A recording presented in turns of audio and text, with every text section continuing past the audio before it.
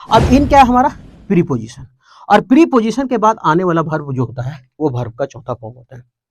Preposition के बाद आने वाला वर्ब कैसा होता है? चौथा फॉर्म होता है। सवाल कि टू भी तो है, क्या टू के बाद वर्ब का चौथा फॉर्म आएगा? नहीं, तो टू अपने साथ इन्फिनेटिव लेता है। इन्फिनेटिव का मतलब होता है टू प्लस वर्ब। हाँ, बस हालांकि कि ये जो टू है वो कोई वर्ब के साथ नहीं होना चाहिए, वो कोई एडजेक्टिव के साथ नहीं होना चाहिए, वो कोई इडियम फ्रेज के साथ नहीं होना चाहिए।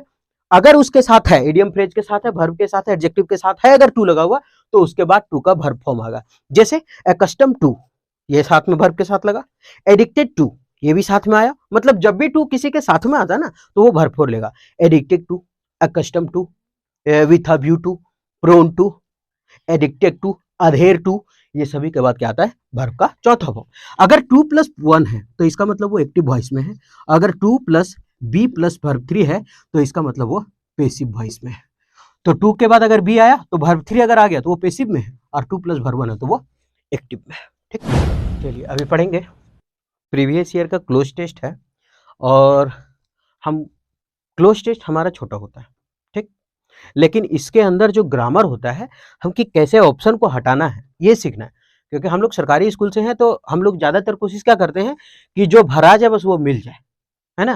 तो वो जो खाली यही सोचते हैं भगवान भरा वाला खाली पता रहे, लेकिन अगर ऑप्शन छाटना सीख जाएंगे ना तब इंग्लिश से डर नहीं लगेगा, अंग्रेजी से डर नहीं लगेगा। आप पिछली जो सीरीज डाला हुआ क्लोज टेस्ट का आप उसको देखिए। अगर आपको लगता है कि ये बेनिफिशियल वीडियो है तो आप इसको कंटिन्यू कीजिए, नहीं तो फिर आप क्या कर सकते हैं कि आप इसको स्किप करके आप कहीं और देख सकते हैं, क्योंकि आपका समय बहुत कीमती है, नौकरी लेना आपको बहुत जरूरी है। ठीक, तो हम आगे बढ़ते हैं। सबसे पहले है द जज। अब जज का मतलब तो पता है, जो न्याय देता है। यहाँ लिखा हुआ द। अब ये सवाल कि ये द है क्या, तो फिर द क्यों हुआ, आ जज क्यों नहीं हुआ?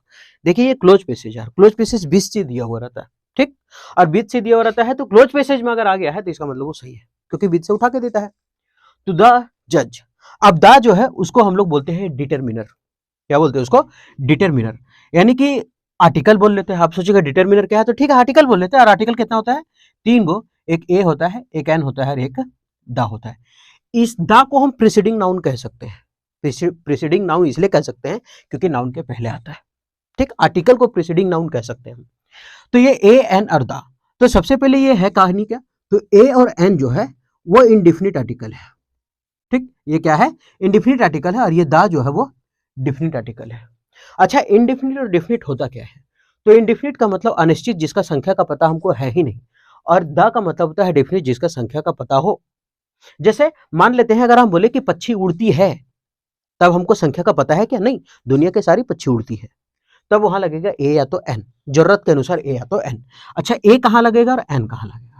ए लगेगा क से लेकर के आज्ञा तक उसका साउंड आना चाहिए, और अंग एन लगेगा अंग से लेकर के आह तक का उसका साउंड आना चाहिए। जैसे मान लेते हैं कि लिखा हुआ है ईयर, ठीक।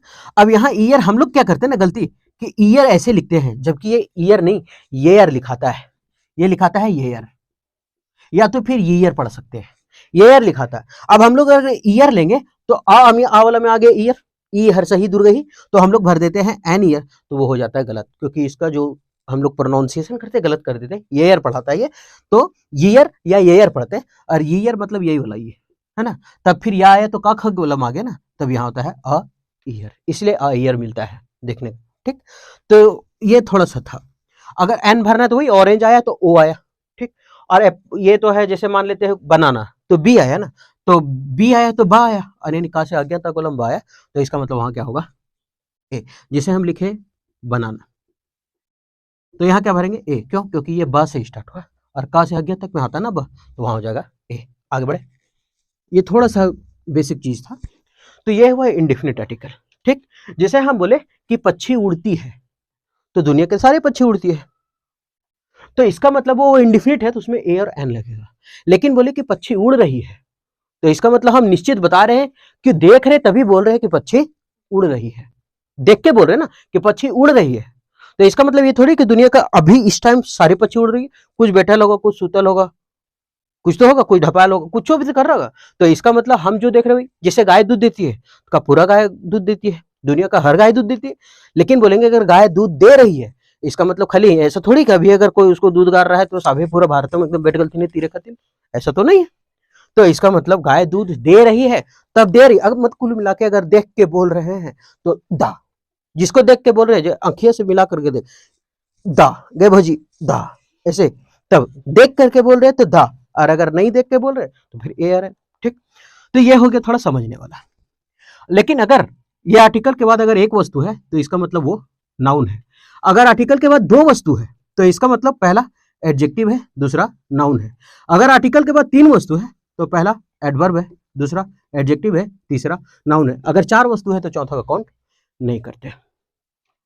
सवाल पहचानेंगे कैसे एडजेक्टिव एडवर्ब? तो नाउन तो सबसे पहले जिसको प्लूरल बना सकते हैं वो नाउन है। ठीक, एडजेक्टिव किसको कहते हैं? O U S ending word, I C ending word, ये अधिकतर एडजेक्टिव हुआ करते हैं। Adverb L Y ending word, अधिकतर वो एडवर्ब हुआ करता है। हम बार बार ध्यान दीजिएगा, हम अधिकतर बोल रहे हैं, है ना, अधिकतर। तो यह समझ में आ गया होगा। तो इसका मतलब क्या है कि ए के अगर आर्टिकल के बाद एक वस्तु, एक ही वस्तु तो है, बाकी ये तो प्रीपोजिशन है, तो इसका मतलब ये हमारा क्या है? नाउन है। तो द जज, द क्या हुआ? जज। तो जज हमारा नाउन हो गया। अब यहाँ है इन। अब इन क्या है हमारा? प्रीपोजिशन। और प्रीपोजिशन के बाद आने वाला वर्ब जो होता है वो वर्ब का चौथा फॉर्म होता है। प्रीपोजिशन के बाद आने वाला वर्ब कैसा होता है? चौथा फॉर्म होता है। सवाल कि टू भी तो है, क्या टू के बाद वर्ब का चौथा फॉर्म आएगा? नहीं। तो टू अपने साथ इन्फिनेटिव लेता है। इन्फिनेटिव का मतलब होता है टू प्लस वर्ब। हाँ, बस हालांकि कि ये जो टू है वो कोई वर्ब के साथ नहीं होना चाहिए, वो कोई एडजेक्टिव के साथ नहीं होना चाहिए, वो कोई इडियम फ्रेज के साथ नहीं होना चाहिए। अगर उसके साथ है, इडियम फ्रेज के साथ है, वर्ब के साथ है, एडजेक्टिव के साथ है, अगर टू लगा हुआ तो उसके बाद टू का वर्ब फॉर्म आएगा। जैसे अकस्टम टू, ये साथ में वर्ब के साथ लगा। एडिक्टेड टू, ये भी साथ में आया। मतलब जब भी टू किसी के साथ में आता है ना तो वो वर्ब फॉर्म लेगा। Addicted to, accustom to, with a view to, prone to, addicted to, adhere to, ये सभी के बाद क्या आता है? वर्ब का चौथा फॉर्म। अगर टू प्लस वन है तो इसका मतलब वो एक्टिव वॉइस में है। अगर to plus be plus verb three है तो इसका मतलब वो पेसिव वॉइस में है। तो टू के बाद अगर बी आया तो वर्ब थ्री अगर आ गया तो वो पेसिव में है, और टू प्लस वर्ब वन है तो वो एक्टिव में है। ठीक, आगे बढ़ते हैं।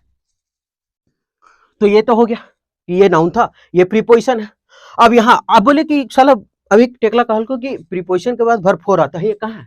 तो अगर प्रीपोजिशन के बाद वर्ब नहीं आया तो इसका मतलब कोई ऑब्जेक्टिव कैसा आएगा, या तो कोई नाउन आएगा। ठीक, अब यहाँ क्या है? अब फिर से आ गया आर्टिकल, और आर्टिकल के बाद बताए थे एक वस्तु है तो नाउन। अगर दो चीजें हैं तो पहला एडजेक्टिव, दूसरा नाउन। तो क्या ये एडजेक्टिव है? हाँ है। क्या ये नाउन है? हाँ है, क्योंकि दो ही वस्तु है। बाकी ये तो वर्ब है हमारा, डिक्लेयर्ड, घोषणा किया। तो ये हुआ एडजेक्टिव और ये हुआ नाउन। तो आज सोलेमन मैनर, सोलेमन का मतलब होता है गंभीर। सोलेमन का मतलब क्या होता है? गंभीर। और मैनर का मतलब तो जानते हैं कि गंभीर अवस्था में बताया। ठीक, डिक्लेयर घोषणा किया, ये वर्ब का दूसरा फॉर्म है। वर्ब का दूसरा फॉर्म है। डिक्लेयर का वर्ब वन होता है डिक्लेयर, डिक्लेयर्ड, डिक्लेयर्ड। आप ये चीज याद रखिएगा कि अगर वर्ब टू और वर्ब थ्री ईडी ईडी करके बना है तो इसका मतलब उसको रेगुलर वर्ब कहा जाता है। अगर वर्ब ईडी और ईडी करके बना है, जैसे डिक्लेयर है, डिक्लेयर, डिक्लेयर्ड, तो इसका मतलब ईडी दोनों है। वर्ब टू में भी ईडी है और वर्ब थ्री। तो जिस जिस वर्ब में वर्ब टू भी वही है, ईडी ईडी होना चाहिए। वर्ब टू है और वर्ब थ्री में ईडी है, वो रेगुलर वर्ब है। और जिसका अलग अलग है, जैसे put put put, go went gone, अलग अलग है ना, तो इसको इरेगुलर वर्ब कहते हैं और इसको बोलते हैं रेगुलर वर्ब। ठीक, तो अगर कोई पूछे कि ये कौन सा वर्ब है तो रेगुलर वर्ब है। क्यों? क्योंकि वर्ब टू भी ईडी में है और वर्ब थ्री भी ईडी में है। तो अगर वर्ब टू और वर्ब थ्री दोनों ईडी में तो वो रेगुलर वर्ब है। और अगर सब चेंज है या फिर सब एक है, ब्रॉडकास्ट ब्रॉडकास्ट ब्रॉडकास्ट, तो ये इरेगुलर हुआ। ठीक है, ईडी होना चाहिए। आगे बढ़ते हैं। तो द जज इन एन सोलेमन मैनर मतलब गंभीर अवस्था में डिक्लेयर घोषणा किया। अच्छा बताना भूल गए वर्ब टू। अगर सेंटेंस वर्ब टू का है इसका मतलब काम आज के पहले हुआ है, आज के पहले हुआ है। जैसे आई एट, मैंने खाया, तो हम आज के पहले खाए हैं। लेकिन अगर बोले आई हैव ईटेन, इसका मतलब अभी खाए हैं, आज खाए हैं।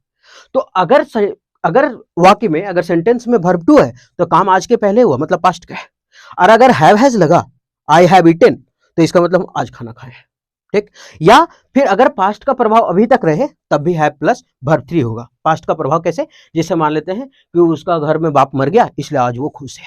आज खुश किस लिए? क्योंकि उसका बाप मरा है आज के पहले, आज के पहले बाप मरा है, लेकिन खुश वो आज है। तो खुश आज पास्ट का प्रभाव अभी भी है, इसलिए हैव लगाएंगे इसमें। ठीक, आगे बढ़ते हैं। अब क्या हुआ कि जज जो है वो सोलेमन यानी गंभीर मैनर में क्या किया? घोषणा किया। क्या घोषणा किया कि सबसे पहले, अब ऑप्शन छाटते हैं कि भरना क्या है, व्हाट। अगर हम व्हाट भर देंगे तो हमको फिर क्वेश्चन मार्क चाहिए, क्योंकि व्हाट तो क्वेश्चन पूछता है और क्वेश्चन मार्क तो है ही नहीं थी। तो इसका मतलब ये ऑप्शन खत्म हो गया कि क्या देयर वाज इनफ एविडेंस, क्या सबूत था, तो क्या सबूत था तो कहां है क्वेश्चन मार्क, तो ये तो खत्म हो गया। अब ये सो किसके लिए होता है, सो का मतलब होता है इसलिए भी होता है, और सो जो है अपने साथ दैट भी ले लिया करता है, जब आता है सो दैट साथ में आएगा, और नहीं तो सो का मतलब इसलिए होता है, और सबसे पहले दैट आगे है नहीं तो सो को ढूंढेंगे नहीं, और सो क्यों नहीं ढूंढेंगे, अगर बोल दिया कि जज घोषणा कर दिया है सो देयर वाज इनफ, सो इसलिए बहुत सबूत था, इसलिए क्या सबूत था, तो ये भी खत्म हो गया। विच क्या है, ये भी जोड़ने का काम किया करता है दो चीजों को, विच जोड़ने का काम क्या करता है, दैट जोड़ने का काम क्या करता है, हु भी जोड़ने का काम करता है। लेकिन हु किस में लगता है, ये मानव के लिए लगता है, विच किसके लिए लगता है, चुनने में लगता है, और दैट किसके लिए लगता है, तो जहां मानव और जानवर दोनों हो साथ में वहां लगता है दैट का प्रयोग। ठीक, एक चीज और रखिएगा कि हु के साथ एग्जाम में क्या करता है ना, हु के पहले दे लगा के दे देगा, जो कि गलत है, हु के पहले देम लगा के दे देगा, जो कि गलत है। तो हु के पहले क्या सही होता है भाई, तो हु के पहले एक ही चीज सही होता है, वो होता है दोज। याद रखिएगा, ये बहुत बार पूछा गया। ठीक, कि हु के पहले दे देगा गलत, हु के पहले देम देगा ये भी गलत, हु के पहले एक ही चीज आता है और वो आता है दोज। ठीक, तो समझ में, हु मानव के लिए है, विच चुनने के लिए है।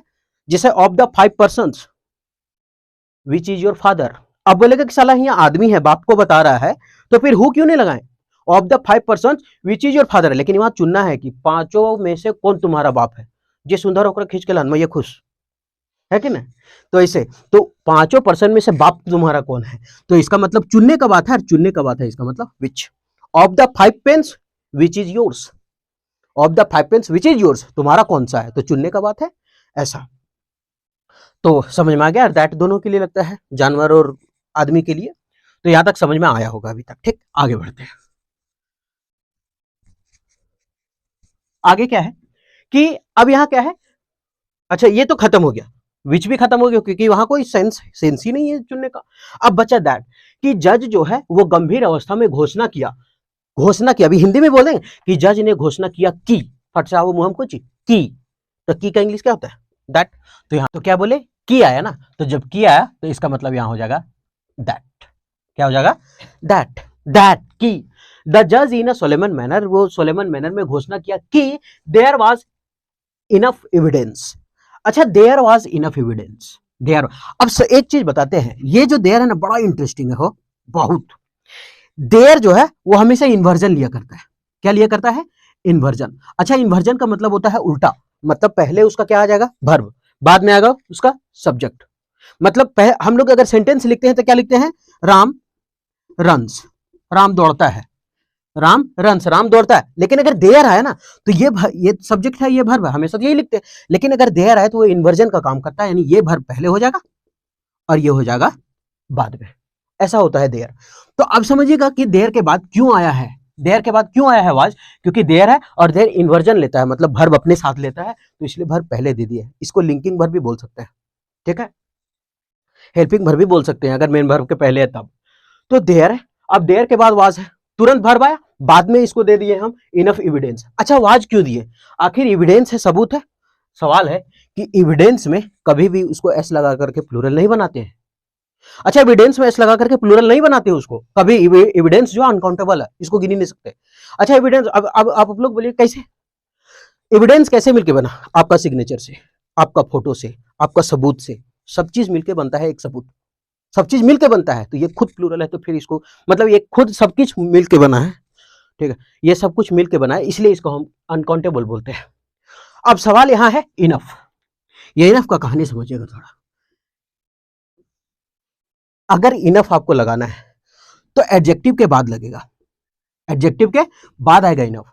लेकिन अगर नाउन का प्रयोग कर रहे हैं तो इसका मतलब नाउन के पहले आएगा इनफ, नाउन के पहले आएगा इनफ। कैसे, अभी अगर याद नहीं होता है तो हम बोले एडजेक्टिव के बाद आता है इनफ और नाउन के पहले आता है इनफ, नाउन के पहले। अब एविडेंस क्या हमारा, अनकाउंटेबल नाउन, एविडेंस क्या, अनकाउंटेबल नाउन है, तो नाउन के पहले क्या लिखा है, इनफ। अगर कोई एडजेक्टिव होता तो हम क्या करते कि एडजेक्टिव पहले लिखते, इनफ को घसका देते। ठीक, अब सवाल याद नहीं रहेगा, बुला जाएंगे, एबीसीडी पढ़, एबीसीडी जब पढ़ते हैं तो सबसे पहले क्या आता है, ए, बाद में आता है ई, तो एडजेक्टिव के बाद आया इनफ। और अगर और आगे अगर एबीसीडी पढ़े तो एबीसीडी ई पहले आता है ई और बाद में आता है एन, तो पहले ई आता है बाद में नाउन। तो याद रखिएगा, अगर नाउन दे दिया तो पहले ई वाला आता है ना, तो पहले इनफ आएगा बाद में नाउन आएगा। अगर एडजेक्टिव दे दी तो ए के बाद ई आएगा, तो पहले जो आएगा मतलब कुल मिला के अल्फाबेट के अनुसार सजा देंगे, पहले एडजेक्टिव ई आता है फिर ई के बाद एन आता है। ठीक, याद तो हो ही गया होगा। तो इसीलिए हुआ इनफ का। तो देयर वाज इनफ एविडेंस कि यहां पर बहुत सारे सबूत हैं। देयर वाज बहुत सारे सबूत थे। क्या सबूत थे? टू। अब ये जो टू है ना, अभी हम बताएं कि टू के बाद वर्ब का कैसा फॉर्म होता है, वर्ब का पहला फॉर्म होता है एविडेंस टू।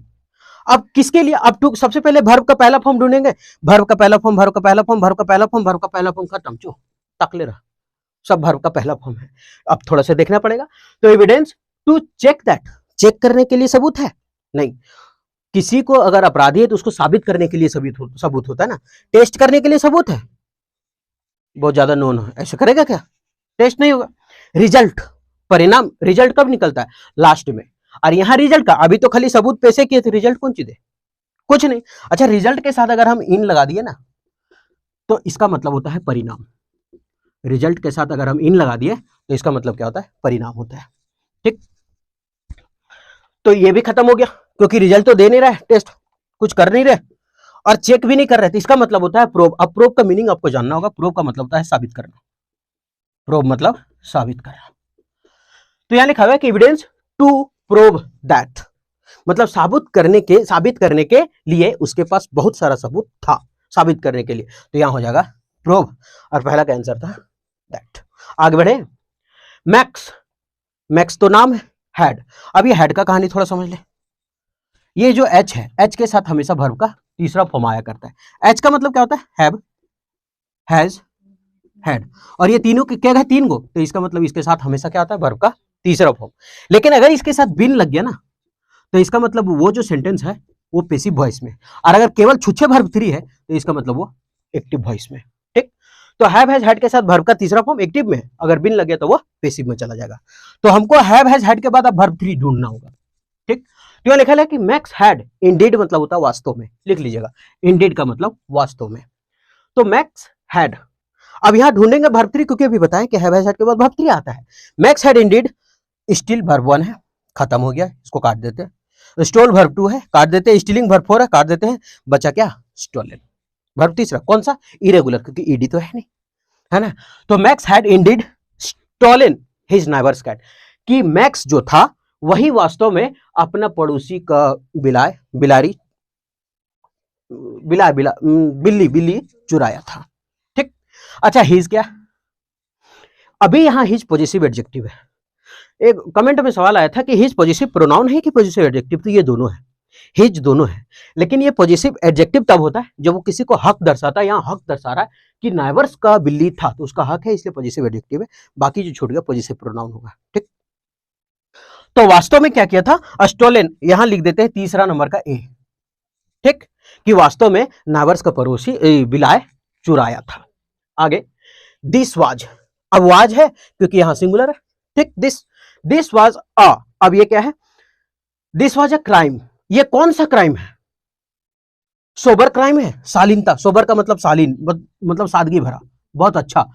तो ककरो घर से बिलाय कुकुर चुरा रहे ना, ये अच्छा वाला क्राइम है, ये गलत बात, तो शालीन तो है नहीं। स्टडी का मतलब होता है स्थिर, क्या ये स्थिर क्राइम है? स्थिर कैसे हो जाएगा, ये भी गलत। ये क्या स्टेम है, स्टेम का मतलब होता है तना, तना को कौन चीज, तना मतलब पेड़ पौधा वाला, वो क्राइम कौन सी है, ये भी खत्म, क्योंकि स्टेम का मतलब तना, लेकिन अगर STEAM होता ना तो इसका मतलब भाप होता है। तो भापो वाला चोरी कुछ, भाप का घर से चुरा गए, ककरो घर अधन नहीं समझ में आता, चावल डबकाने के लिए पानी गर्म करते और उससे निकल रहा भाप, तो घर से चुरा जाती हो, ऐसे तो नहीं करेंगे, तो इसका मतलब स्टीम भाप है, तो ये भी नहीं हुआ। तो बचा क्या, ये जो है वो सीरियस क्राइम है, कि this was a serious crime, ये सीरियस क्राइम। हम इन घर को बिला, हम इन आपने कूदा मारे थे रही है कि साला 1 महीना में एक बार दूध लो, साला पी जा, और रईस घर में बिला पोसो थे हम मार के, तो वो सीरियस क्राइम है शहर के लिए, हम इनके लिए ना, एगो कोई ले तो कब एगार ले जो हमारे बाबा का, जो हमारा के कहा। तो this was a serious crime, ये बहुत ही क्या है, एक सीरियस क्राइम है, अपराध है। अब सवाल कि यहां आ गया सीरियस, लिख दे क्या आया, सीरियस। अभी अब आके बाद आर्टिकल, आर्टिकल के बाद क्या वस्तु है, एक दो, उल्टी लिख दीजिए ना, एक दो, इसका मतलब ये क्या है, नाउन, ये क्या है, एडजेक्टिव, ये क्या है, नाउन, ये एडजेक्टिव है। और हम बोले कि एडजेक्टिव में OUS एंडिंग वर्ड क्या होता है, एडजेक्टिव होता है। तो सीरियस क्राइम ऐसे भी भर सकते थे, नहीं खोलो दरवाजा, नहीं खोलो, OUS एंडिंग वर्ड क्या होता है, एडजेक्टिव, तो ऐसे भी भर सकते थे कि सीरियस क्राइम, छोड़ दो, नहीं खोलो, जो अभी जो बाद में ये सीरियस क्राइम। अब OUS एंडिंग वर्ड है, इसका मतलब क्या है, एडजेक्टिव, ऐसे भी भर सकते हैं, आर्टिकल के बाद एडजेक्टिव आता है, उसके बाद नाउन होता है, तो यहाँ एडजेक्टिव एक तो ही है, ठीक। तो अ सीरियस क्राइम। एंड बताए, एंड भी जोड़ने का काम करता है। एंड क्या करता है, जोड़ने का काम करता है। मान लेते हैं एक तराजू है, एंड बीच में पकड़ने वाला बराबर, अगर यहाँ वर्ब 1 का प्रयोग है तो आगे भी वर्ब 1 का प्रयोग होगा, अगर वर्ब 2 है तो आगे वर्ब 2 होगा, अगर वर्ब 3 है तो आगे वर्ब 3 होगा, अगर नाउन प्लूरल है तो यहाँ नाउन भी प्लूरल होगा, वर्ब सिंगुलर है तो वर्ब भी सिंगुलर होगा, मतलब जब भी होगा एंड बराबर जोड़ने का काम किया करेगा, ठीक। अगर एंड से कोई सब्जेक्ट जुड़ा, मतलब कोई जुड़ा है ना, तो उसके साथ नॉट नहीं लगता है, नॉट लगाने के लिए नाइदर का प्रयोग करते हैं। तो एंड डिजर्व्ड। अब यहां सवाल कि अ सीरियस क्राइम एक सीरियस क्राइम था, तो this was a serious crime, ये बहुत ही सीरियस क्राइम था। एंड डिजर्व, और डिजर्व मतलब, डिजर्व का मतलब नहीं होता है कि जो उसको देना है वही देंगे सजा, जो डिजर्व करता है वही देंगे, है ना। तो एंड डिजर्व्ड, किस लिए डिजर्व किया, एंड इनविजिबल मतलब अदृश्य, अदृश्य पनिशमेंट कौन तेरे देंगे। अब ऐसा पनिशमेंट जिसको देख ही नहीं सके, तो ऐसा पनिशमेंट कौन सी है, अदृश्य पनिशमेंट। अदृश्य पनिशमेंट कैसे रहे, तो अदृश्य पनिशमेंट खत्म। इम्प्रॉपर का मतलब होता है एक ऐसा पनिशमेंट जो किसी को उपयुक्त ना हो, ये तो गलत हो गया। पनिशमेंट वही, अब बिल्ली चुराया और बाद फांसी पर ओकरा लटका देते, तो ये प्रॉपर सॉल्यूशन है, तो ये तो इम्प्रॉपर हो गया, तो इम्प्रॉपर तो दे ही नहीं सकते ना। एनेक्जियस का मतलब होता है चिंतित, एनेक्जियस का मतलब क्या होता है, चिंतित या फिर बेचैन हो जाना। तो चिंतित पनिशमेंट कैसे देगा, वो क्या देगा, एक एप्रोप्रिएट, मतलब जो उसके लिए उपयुक्त है, कि बिलाय चुराने के लिए 2 महीना जेल में है तो उतने रहेगा, तो एप्रोप्रिएट होगा, यहाँ पे हो जाएगा सी, यानी एप्रोप्रिएट अब क्या दूंगा है ना, एप्रोप्रिएट पनिशमेंट, तो एप्रोप्रिएट एडजेक्टिव हो जाएगा और पनिशमेंट हमारा हो जाएगा नाउन, ठीक। तो ये था पूरा का पूरा कहानी, कैसे हम छाटे ऑप्शन और कैसे हम भरे। होता क्या ना कि हम बताते रहते हैं, तो उस टाइम ग्रामर ज्यादा बताते हैं, और ग्रामर बताते वक्त क्या करते हैं कि हिंदी भूल जाते हैं, तो एक बार हिंदी बता देते हैं।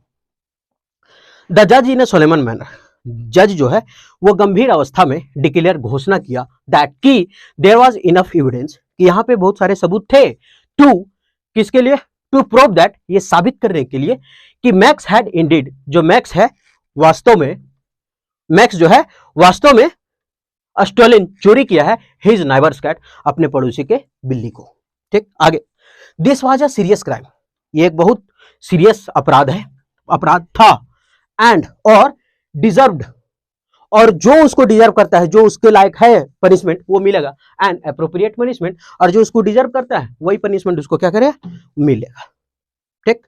तो वही पनिशमेंट मिला इसको, वही पनिशमेंट मिला जो वो डिजर्व किया। तो ये था पूरा का पूरा क्लोज पैसेज। उम्मीद करते हैं कि भले क्लोज पैसेज छोटा है, लेकिन इसके अंदर छुपा हुआ कितना मीनिंग है इसका आप देख रहे होंगे। तो अगर लगता है बेनिफिशियल है तो कंटिन्यू रहिए मेरे साथ, ठीक, नहीं तो फिर आपका मर्जी, बटन ये भी है।